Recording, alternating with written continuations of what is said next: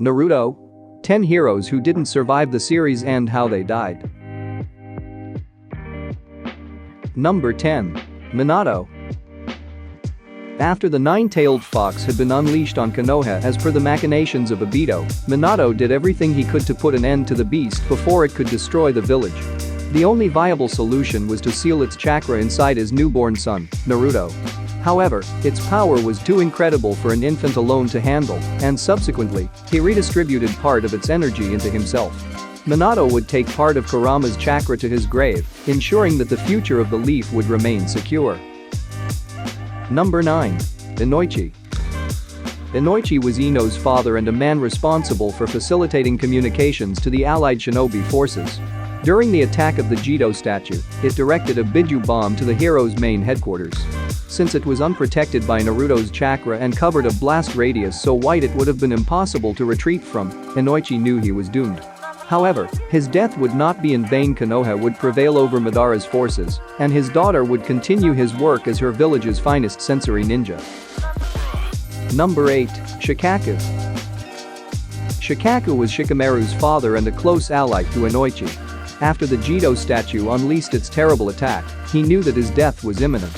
However, he sent out a final message to his allies, one that would serve as an impromptu goodbye. The man's words would heavily impact his son and provide inspiration for the duties that were ahead.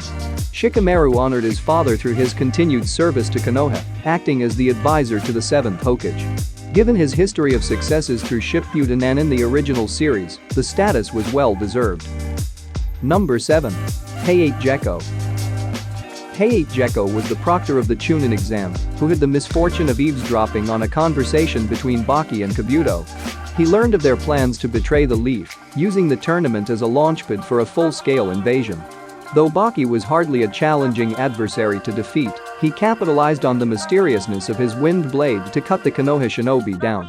HAYATE would take his knowledge to the grave and be replaced as the exam's host, with the Sand Village's assault going as originally planned. Number 6. ASUMA. ASUMA was the sensei to Shikamaru's team and the son of HIRUZEN SARUTOBI. Though his first encounter with the Akatsuki was a success against Kisame and Itachi, his second wasn't as fortunate. He sacrificed himself to save his students from the mysterious jutsu of Haiden and Kakuzu, two ninja with incredibly high durability and immortality.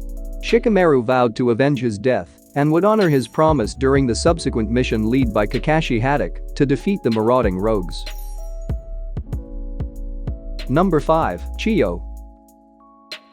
By the time Sakura and Chiyo had managed to locate Gaara, he was already dead with his tailed beast long since extracted. However, all was not lost. The elder puppet master was a skilled medical ninja and realized the important role Gaara would play in their village's future. Using the last of her strength, she used a jutsu that would bring the former Jinchuriki back to life at the cost of her own. Chiyo would later reappear briefly after being resurrected by the Ito Tensei in the 4th Shinobi War, serving as an opponent for Mifune and the other heroes to defeat. Number 4. HIRUZEN. One of Orochimaru's primary objectives in sabotaging the Chunin exams and attacking the Leaf was to kill HIRUZEN SARUTOBI, the residing 3rd Hokage. He was successful in this endeavor, preventing the elder from receiving aid through a barrier maintained by the Sound 4. However, his victory came at a grave cost. By casting a partially successful Reaper Death Seal, HIRUZEN was able to prevent Orochimaru from weaving hand signs for the time being, thereby ruining his plans to destroy what was left of the Leaf. Number 3. NEJI. As the 4th Shinobi War raged on, the Jito statue slung long, serrated barbs indiscriminately across the battlefield. Naruto was unable to protect everyone and would have been impaled were it not for Neji Hyuga's quick thinking and sacrifice. By casting his back in the way, he willingly took what would have been a fatal attack on the future Hokage. As he was dying in Naruto's arms, the young man assured him of the Leaf's inevitable success and honored him for his actions to help procure it. Number 3. Itachi. Though Itachi was originally presented as a villain, it was later revealed that every action he had taken was for the sake of his brother and village. He joined the Akatsuki to keep an eye on them and ensure their success was limited, protecting Sasuke from the shadows against the vigilant Danzo Shimura. Even the Uchiha genocide was only to prevent the world from being plunged into a bloodbath that would have claimed countless more lives than necessary. He only didn't tell Sasuke earlier because he wanted to help him advance his Sharingan and ensure that he was strong enough to survive on his own. The final battle between the two brothers ended with Itachi's tragic demise. Number 1. Jiraiya. Suspecting Pain's identity, Jiraiya departed to the Rain Village and confronted the Akatsuki leader himself.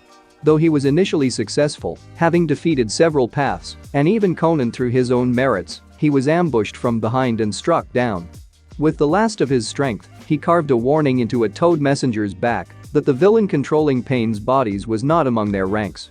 Naruto would use this clue to help him save the leaf during Nagato's invasion, providing meaning to the legendary Sannin's final act of heroism.